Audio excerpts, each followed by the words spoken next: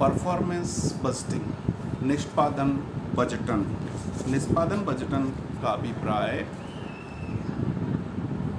हम कार्य को कितनी अच्छी तरीके से संपादित कर रहे हैं। आज हमारे अध्ययन का बिंदु है परफॉर्मेंस बजटिंग। मैं doctor Apurva Mathur, assistant professor ABST, government Nagar college. आज हम अध्ययन करेंगे परफॉर्मेंस बजटिंग यानी निष्पादन बजटन का। निष्पादन बजटन की विचारधारा व्यापक तौर पर सरकारी विभागों तथा सार्वजनिक क्षेत्र के उपक्रमों में काम में लाई जाती है। यह जो परफॉर्मेंस बजटिंग है, यह सामान्यतः कुछ बड़े निगम, बड़ी कंपनीज या सरकारी कार्यालयों के हिसाब से काम में लिया जाता है। सब PSU, पब्लिक सेक्टर अंडरटेकिंग्स वगैरह, जो बड़े लार्ज स्केल की जो हमारे पास में यूनिट्स होती है, वहाँ पे काम लाई जाती है। एक निष्पादन बजट अनिवार्यतः बजट अवधि के लिए सरकारी विभागों एवं गैर सरकारी संस्था के विभागों की गतिविधियों का प्रकल्प तथा उन पर होने वाले व्ययों का बजट होता है। क्या होता है? एक बजट अवधि होती है, जैसा कि हमने बजटिंग में पढ़ा था, जब बजट के प्रकार में पढ़ा था, जब बजट के बारे में पढ़ा था। तो बजट जो है एक सामान्य, एक निश्चित अवधि के लिए होता है। बजटों के जो अवधि के आधार पर हमने 3 प्रकार पढ़े थे, उसमें चालू बजट हमने पढ़ा था, जो चालू वित्तीय वर्ष के लिए होता है। वित्तीय वर्ष से अभिप्राय 1 अप्रैल से लेकर 31 मार्च तक होता है।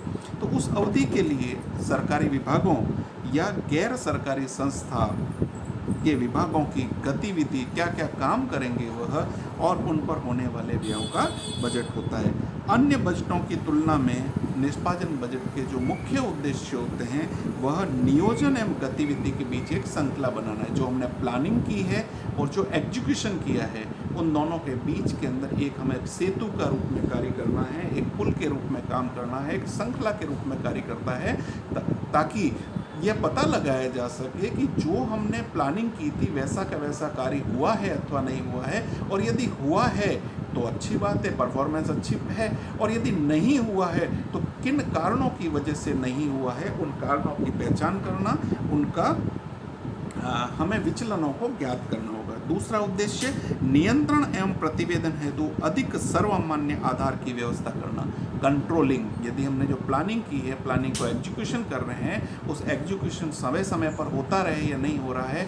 निश्चित समय 365 दिन का एक साल होता है, एक निश्चित अंतराल पर हमको मूल्यांकन करना है कि जो हमने प्लानिंग की है उस अनुरूप कार्य किया है या नहीं किया है। अनुमान लगाइए, एक विद्यार्थी को एक पुस्तक, जिस पुस्तक के 365 पेज हैं, यह उम्मीद की जाती है कि वह प्रतिदिन 1 पेज पढ़े, 1 साल में पूरा करना है। और दूसरा, एक विद्यार्थी एग्ज़ाम के समय, परीक्षा के समय, वर्ष के अंत में 365 दिन की जो कितना पेज की किताब है, उसको 1 ही दिन में पूरा कर रहा है, 2 ही दिन में पूरा कर रहा है, 5 ही दिन में पूरा कर रहा है। तो ये दोनों में से अच्छी कौन सी बात हुई? निष्पादन बजट क्या करता है कि हमें समय समय पर जो कार्य है वो एक निश्चित तरीके से कार्य होता रहे। हमें निश्चित समय के आधार पर इस चीज़ का, इंटरवल्स के आधार पर एक चीज़ का मूल्यांकन करना है कि जो हमारे पास कार्य है वो सतत रूप से चलता रहे। ऐसा नहीं कि हम वर्ष के प्रारंभ में तो कुछ कार्य है बहुत धीरे धीरे चल रहे हैं, और जब वर्ष का अंत आया, टारगेट पूरे करने हैं, तो हम हर काम को बिना उसकी गुणवत्ता देखे को कार्य को पूरा करें। इस प्रकार से परफॉर्मेंस बजटिंग जो है वो एक नियंत्रण का आधार प्रस्तुत करता है, और एक सर्वमान्य प्रतिवेदन की जो प्रोग्रेस रिपोर्ट की है उसके लिए सर्वमान्य आधार प्रस्तुत करता है। Meaning and definition. Performance budgeting का मीनिंग क्या हुआ? निष्पादन बजट तकनीक संगठनात्मक उद्देश्यों तथा इन उद्देश्यों उन पर आधारित लक्ष्यों के ढांचों में एक अवधि के दौरान प्राप्त किए जाने वाले किसी कार्य की विशिष्ट निष्पत्ति उद्देश्यों की समीक्षा करता है, परिचयांकन करता है, सरलीकरण करता है तथा प्रभावीकरण की प्रक्रिया है। क्या करता है? उस उद्देश्यों की समीक्षा करता है कि हमारे पास जो संस्था के उद्देश्य हैं, कौन कौन से उद्देश्य हैं। परिचयांकन, जिस एक्टिविटीज से हम काम करेंगे उसका आइडेंटिफिकेशन करना है कि इस आइडेंटिफिकेशन से इस तरीके से ये कार्य होगा। उस कार्य करने के लिए सरलीकरण, उस कार्य को कितने सरल तरीके से पूरा किया जा सकता है, इसके लिए हमें निष्पादन बजट एक बेस प्रदान करता है। और प्रभावीकरण की प्रक्रिया। यदि हमारे जो काम है उसको हमने आइडेंटिफिकेशन कर लिया, उसकी पहचान कर ली, उसका सरलीकरण कर लिया, तो ये देखना है कि वो प्रभावी रूप से कार्य संपूर्ण हो रहा है अथवा नहीं हो रहा है। यह तकनीक अपने विशिष्ट निर्देशन से परिपूर्ण है जो संगठन के व्यावसायिक लक्ष्यों की ओर उन्मुख होता है। इस जो परफॉर्मेंस बस्टिंग होती है, इसके विशिष्ट निर्देशन होता है। समय समय पर काम का निश्चित अंतराल के अंदर मूल्यांकन किया जाता है और उन मूल्यांकन के आधार पर व्यावसायिक लक्ष्यों को किस प्रकार से सरलतापूर्वक अच्छी तरीके से पूरा करना है यह देखता है। निष्पादन बजट यह भी देखता है कि व्यवसाय में जो विनियोग किया गया है उस विनियोग को हमने जोखिमपूर्ण कार्यों में तो नहीं लगा दिया है, क्योंकि परफॉर्मेंस बजटिंग है, हम उसका निष्पादन करेंगे। हम एक उदाहरण लेते हैं। एक विद्यार्थी को एक वर्ष के दौरान 365 दिन के लिए एक किताब पढ़ने के लिए दी जाती है जिसका उसको एग्ज़ाम होना है, और उस किताब के अंदर प्रश्न है 365। उचित क्या होगा? विद्यार्थी प्रतिदिन एक पेज पढ़े, एक सप्ताह में 7 पेज पढ़े, उनका समय समय पर असाइनमेंट करे। विद्यार्थी ऐसा नहीं करता है, वह वर्ष के अंत में केवल 7 दिन के अंदर ही उस किताब को पूरी पढ़ लेता है। सोचिए, क्या वो पूर्णतः समझ आएगा उसको? क्या उसका ज्ञान हो पाएगा? नहीं। उसका उद्देश्य केवल उस कार्य को पूर्णतः करना रहेगा, उसका निष्पादन, उसकी परफॉर्मेंस अच्छी नहीं हो सकती। तो इसी प्रकार परफॉर्मेंस बस्टिंग इस प्रकार से देखता है कि एक वर्ष का हमने जो उद्देश्य बना रखे हैं वह उद्देश्य समय पर पूर्ण हो, समय पर निश्चित तरीके से निश्चित अंतराल पर पूर्ण हो और उस पर गुणवत्ता बनी रहे। निष्पादन प्रतिवेदन बजट समंकों तथा वास्तविक समंकों की तुलना करता है तथा उन दोनों के बीच में किसी प्रकार का विद्यमान विचलन है तो उन्हें पता लगाता है। निष्पादन बजट क्या करता है? जो हमने प्लानिंग की थी और जो हमने एग्जीक्यूशन किया है उसका समय समय पर मूल्यांकन करता है। यदि उस समय के अंदर किसी प्रकार का विचलन है तो आगामी आने वाले समय में उन विचलनों को दूर करके अच्छी तरीके से काम किया जा सकता है। हम परिभाषाओं की बात करें, ये तो अर्थ हो गया। हम परिभाषाओं की बात करें, प्रोफेसर M.N. कोरा के अनुसार निष्पादन बजटिंग पद्धति प्रबंधकीय नियंत्रण हेतु निगम नियोजन उद्देश्यानुसार प्रबंध तथा भौतिक एवं वित्तीय मूल्यांकन पद्धति की एक उपयुक्त मिश्रण की प्रतिनिधित्व करती है। क्या क्या चीज लिया है इन्होंने? प्रोफेसर कोरा ने प्रबंधकीय निर्णय हेतु, है ना, प्रबंधकीय नियंत्रण हेतु। क्या परफॉर्मेंस बस्टिंग किस क्या काम आता है? प्रबंधकीय नियंत्रण हेतु काम आता है। क्या काम करता है? निगम नियोजन यानी प्लानिंग, कॉर्पोरेट प्लानिंग, उद्देश्यानुसार प्रबंध, मैनेजमेंट बाय ऑब्जेक्टिव्स, और भौतिक और वित्तीय मूल्यांकन यानी फिजिकल एंड फाइनेंशियल, है ना, उसका मूल्यांकन किया जाता है। यदि हमारे जो लक्ष्य हैं, भौतिक लक्ष्य हैं, वो पूरे हो रहे हैं नहीं हो रहे हैं, और वित्तीय लक्ष्य पूरे हो रहे हैं नहीं हो रहे हैं, उनका मूल्यांकन करता है निष्पादन बजट।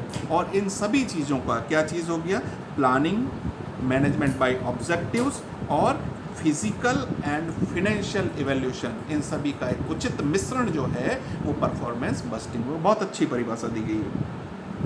दूसरी परिभाषा हम लेते हैं S.S. Viswanathan. Professor S.S. Viswanathan क्या कहते हैं? निष्पादन बजटिंग एक विस्तृत परिचालन दस्तावेज है। ऑपरेटिंग डॉक्यूमेंट से, ऑपरेटिंग व्यवसाय की जो क्रिया है उसका डिटेल्ड, यानी हमें छोटी छोटी चीज़ें सारी उसके अंदर मेंशन करनी होगी। डिटेल्ड ऑपरेटिंग डॉक्यूमेंट्स जो कार्यक्रमों यानी जो हमारे पास प्रोग्राम्स हैं, परियोजनाएं और गतिविधियां, जो हमारे पास प्लानिंग है, परफॉर्मेंस है, ऑब्जेक्टिव्स है, तथा जिनके वित्तीय भौतिक पक्ष में घनिष्ठ संबंध है।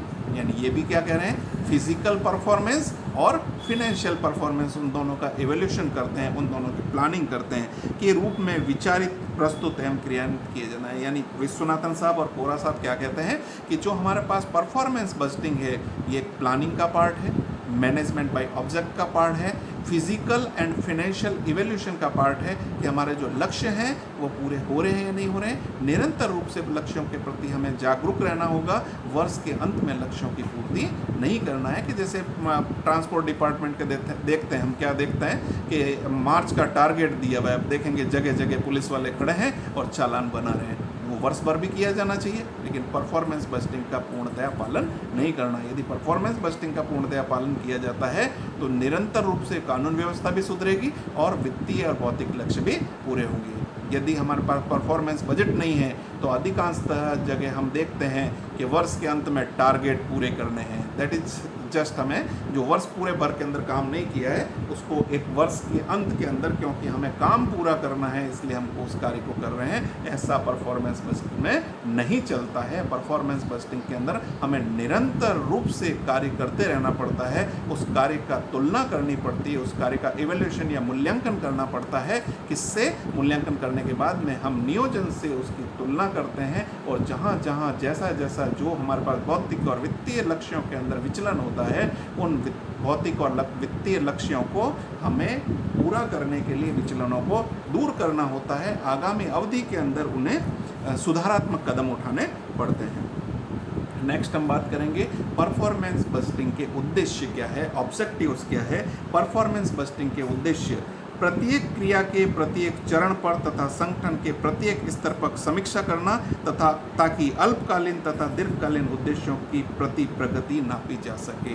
हमारा उद्देश्य क्या है? संगठन के प्रत्येक स्तर, प्रत्येक विभाग, प्रत्येक चरण पर, प्रत्येक समय पर अल्पकालीन और दीर्घकालीन हम इवैल्यूएशन करेंगे ताकि हमारे पास प्रगति का हम मूल्यांकन कर सकें कि हमने कार्य का कितना प्रतिशत पूरा कर लिया, किस प्रकार पूरा कर लिया, भौतिक और वित्तीय लक्ष्य में प्राप्त हो रहे हैं या नहीं हो रहे हैं, और अच्छे से हो रहे हैं या नहीं हो रहे हैं।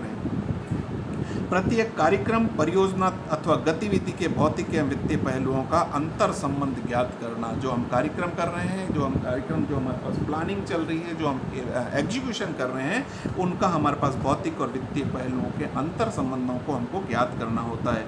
अधिक प्रभावी निष्पत्ति हेतु निष्पत्ति अंकेक्षण का मार्ग प्रशस्त करना। जो परफॉर्मेंस ऑडिट होती है, परफॉर्मेंस ऑडिट तब होगी जब हमने परफॉर्मेंस बस्टिंग बना रखी है, उसके डॉक्यूमेंट्स तैयार हैं, हमें जो काम करना था वो उसके लिए हमारे पास में जो हमने प्रॉपर रिकॉर्डिंग का सिस्टम, प्रॉपर रिपोर्टिंग का जो सिस्टम बना हुआ है, उसके आधार पर हम परफॉर्मेंस ऑडिटिंग कर पाएंगे। तो परफॉर्मेंस बजटिंग परफॉर्मेंस ऑडिटिंग का मार्ग प्रशस्त करता है। मध्य तथा उच्च प्रबंधकों के प्रति सुपरवाइजर के सहयोग, उत्तरदायित्व तथा निर्णय के प्रभावों का आकलन करना। यानी हमारे पास में जो top management, middle management, lower level management, इनके बीच में कोऑर्डिनेशन कितना है, कि हमने जो टॉप मैनेजमेंट ने कहा वैसा एंड तक हो रहा है या नहीं हो रहा है, नहीं हो रहा है तो उनके कारण क्या है। यदि हम कारणों को दूर कर लेंगे, समस्याओं को दूर कर लेंगे, एग्जीक्यूटर्स करने वाले जो सुपरवाइजर्स हैं उनकी बातों को सुनेंगे, उनकी जो समस्याएं आ रही है उनको समय समय पर दूर करेंगे, और कुछ समस्याएं यदि पैदा की जाती है तो उच्च प्रबंधक उन्हें दंडात्मक कार्रवाई करके भी उसको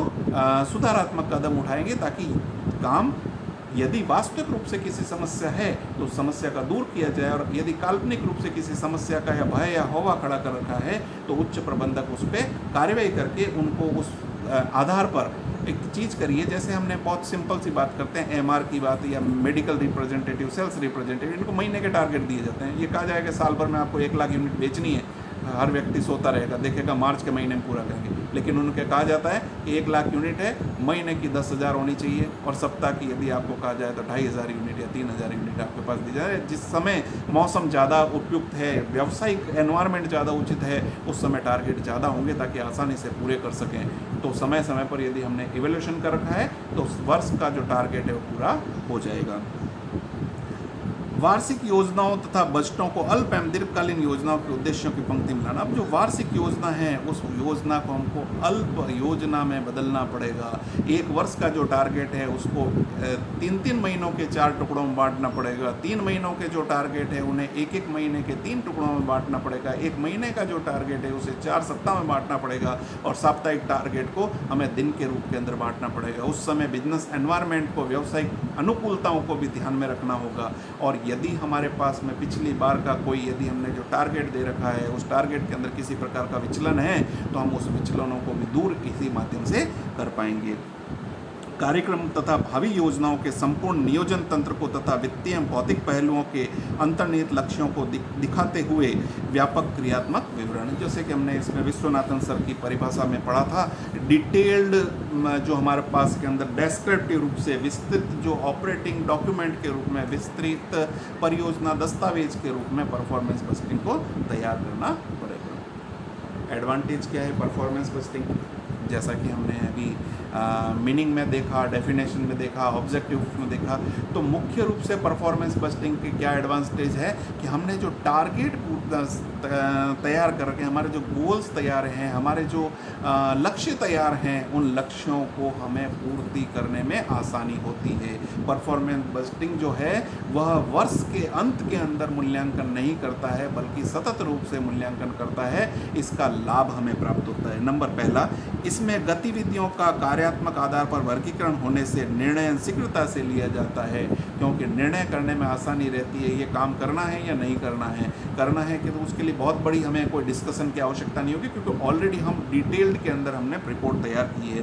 यह निष्पत्ति अंकेक्षण हेतु आधार प्रस्तुत करता है, जैसा कि अभी हमने इसके ऑब्जेक्टिव्स के अंदर देखा था। परफॉर्मेंस ऑडिटिंग का बेस है यह। निष्पादन बजटिंग में उद्देश्यों द्वारा प्रबंध किया जाता है। निष्पादन बजट, परफॉर्मेंस बजट के अंदर मैनेजमेंट बाय ऑब्जेक्ट्स होता है। यदि हमें किसी विशेष कार्य को करने के लिए विशेष प्रबंध की आवश्यकता होती है, अतः विचलनों के संबंध में उत्तरदायित्व का निर्धारण करना सरल हो जाता है। यदि कोई डिफरेंस आ रहा है तो किसके कारण से डिफरेंस है, किस व्यक्ति को कोई काम करने के लिए कहा गया है और उस व्यक्ति ने वह काम नहीं किया, तो उसका हम उत्तरदायित्व निर्धारण कर सकते हैं। निष्पादन बजटिंग का संबंध दीर्घकाल से होता है, अतः दीर्घकालीन उद्देश्यों को आसानी से प्राप्त किया। जैसे दीर्घकालीन बजट, जैसे हमने बात किया कि 5 वर्ष से अधिक के कोई बजट है, हमें 5 वर्ष के अंदर यह कार्य करना है, या 10 वर्ष के अंदर एक हमारे बिजनेस का जो टारगेट है वो इस प्रकार है, तो हम उस टारगेट को भी बहुत छोटे छोटे टुकड़ों में, 1 दिन, 1 सप्ताह, 1 महीने तक के छोटे टुकड़ों के अंदर बांट देंगे, और छोटा छोटा कार्य यदि हमारे पास पूरा हो जाए, समय पर पूरा हो जाएगा, तो हमारे पास परफॉर्मेंस बजटिंग दीर्घकालीन कार्य को भी पूरा कर सकती है। निष्पादन बजट कर्मचारियों को मनोबल को ऊंचा रखने में मदद करता है। जब हमने यदि परफॉर्मेंस बजटिंग की बात की, तो जो व्यक्ति हैं उनके जो उन्होंने जो काम किया है उनका रिकॉग्नाइजेशन, काम का रिकॉग्नाइजेशन तुरंत मिल जाता है। एक 5 व्यक्ति है, 5 व्यक्ति में से जिस व्यक्ति ने अच्छा काम किया है, इस सप्ताह के अंदर आप उसे उसी सप्ताह में पुरस्कृत कर देंगे, उसी सप्ताह में उसको इंसेंटिव्स दे देंगे, उसी सप्ताह में उसके मनोबल उठा रखने की हमने यदि कोई कार्रवाई की है, तो बाकी के जो 4 एम्प्लॉय और दूसरे और हैं, मेडिकल रिप्रेजेंटेटिव, सेल्समैन इत्यादि हैं, उन लोगों को भी एक प्रेरणा जागृत होती है। यदि आपने आज काम किया, उस काम का 1 साल बाद आपका मूल्यांकन हो रहा है, 1 साल बाद उसका आपको लाभ मिल रहा है, 1 साल बाद उस कार्य को आपने रिकॉग्नाइजेशन किया है, तो उतना फ़र्क नहीं पड़ेगा जितना तुरंत रिकॉग्नाइजेशन होता है। तुरंत उसको उस कार्य के लिए क्रेडिट दिया जाता है, और उससे क्या होता है, वह व्यक्ति खुद तो प्रेरित होता ही है, लेकिन दूसरे व्यक्ति भी प्रेरित होते हैं कि यह काम तो मैं भी कर सकता था। जैसे सपोज करिए, एक सेल्समैन को टारगेट दिया है कि आपको 100 यूनिट एक दिन में सेल करनी है। एक सेल्समैन ने 120 यूनिट बेच दिया, दूसरे ने 80 बेचा, 75 बेचा, 90 बेचा। तो जिसने 120 यूनिट बेचा उसको आपने प्रोत्साहित किया, उसको आपने इंसेंटिव दिया। तो बाकी के जो हैं कि मैंने 90 तो बेच रखे हैं, 120 तो मैं भी बेच सकता था, तो बेच लीजिए। दूसरे दिन वह भी प्रयास करेगा, दूसरे सप्ताह वह भी प्रयास करेगा। इस प्रकार से उसकी परफॉर्मेंस भी बढ़ेगी। एक स्वस्थ प्रतिस्पर्धा का जन्म होगा विभिन्न प्रकार के कर्मचारियों के अंदर, विभिन्न प्रकार के मैनेजर्स के अंदर। इससे निष्पादन कार्यक्रमों के मूल्यांकन की समीक्षा होती है, अतः अनुत्पादक कार्यक्रमों को हतोत्साहित किया। जो नॉन प्रोडक्टिव वर्क होते हैं, बेकार के काम होते हैं, जिससे संस्था को फायदा नहीं होता है, उस प्रकार के कार्य को हतोत्साहित किया जाता है। यह तकनीक प्राथमिकताओं के निर्धारण में सहायक होती है। हमारे पास जो हमने जो परफॉर्मेंस निर्धारित कर दी है, हमने जो क्या कहते हैं, इंडेक्सिंग कर लिया है, कौन सा काम पहले करना है, जिस कार्य का महत्व ज़्यादा होगा, जिस कार्य की परफॉर्मेंस ज़्यादा अच्छी होगी, उस काम को हम पहले करेंगे। इससे प्राथमिकताओं क्रम का निर्धारण करने में आसानी होती है। यह तकनीक कर्मचारी को कार्यकुशलता के मूल्यांकन में सहायक होती है। यह तकनीक विकास पर आधारित होती है। सक्षम व्यक्ति को अधिक लाभ होता है और असक्षम व्यक्ति को अधिक कार्य करने के लिए प्रेरणा दिया जाता है। और यदि कोई व्यक्ति ज़्यादा ही असक्षम है तो उसे वह सिस्टम से बाहर हो जाता है, उसकी जगह नया व्यक्ति उसके अंदर प्रवेश करता है। निष्पादन बजट के उद्देश्यों और लाभों को ध्यान में रखते हुए भारतीय योजना आयोग एवं संसद की प्राक्कलन समिति ने केंद्रीय एवं प्रांतीय सरकारों द्वारा निष्पादन बजट अपनाने में बल देते हुए इसे समस्त स्तर पर अपनाने का सुझाव दिया है। सरकारी कार्य है सुझाव दिए हैं। नेक्स्ट हमारे पास है लिमिटेशन। परफॉर्मेंस बजटिंग की सीमाएं क्या होती है? भाई एक ही चीज़ मान के चलिए, जितने भी चीज़ है यह प्रबंधन में सहायता कर सकते हैं। टूल्स हैं एक प्रकार की टेक्निक्स हैं। यह हमें किसी काम करने के लिए अच्छे काम करने के लिए प्रेरणा दे सकती है, लेकिन यह अपने आप में प्रबंध नहीं है। परफॉर्मेंस बजटिंग से क्या होता है, जितने इसके लाभ हैं उन्हीं लाभों को यदि हम एक तरह से नेगेटिव वे के अंदर ले लें तो वह इसकी लिमिटेशंस हो जाती है, जिसकी सीमाएं हो जा सकती है। इसमें क्या होता है, लाभ क्या था, कर्मचारी को अच्छा कार्य करने के लिए प्रेरणा देती है, मनोबल ऊंचा उठाती है। लेकिन दूसरे व्यक्ति साथ में यदि उसको पॉजिटिव वे में लेंगे तो काम अधिक करने के लिए प्रेरित होंगे। लेकिन कुछ व्यक्ति ऐसे होते हैं जो उसको अदरवाइज ले लेते हैं, वो आपस में दूसरे कर्मचारियों से कुंठा पाल लेते हैं, ये अच्छा काम कैसा कर, मानवीय स्वभाव है, ये अच्छा काम कैसा कर। तो वो जो अच्छा काम कर रहा है उस अच्छे काम को भी कम करने के लिए, उस अच्छे व्यक्ति को हतोत्साहित करने के लिए भी प्रयास करते हैं। दूसरा, कर्मचारी के अंदर जो अच्छा काम नहीं करेगा उसे बाहर का रास्ता दिखा दिया जाएगा, तो उनमें असुरक्षा का भाव रहता है।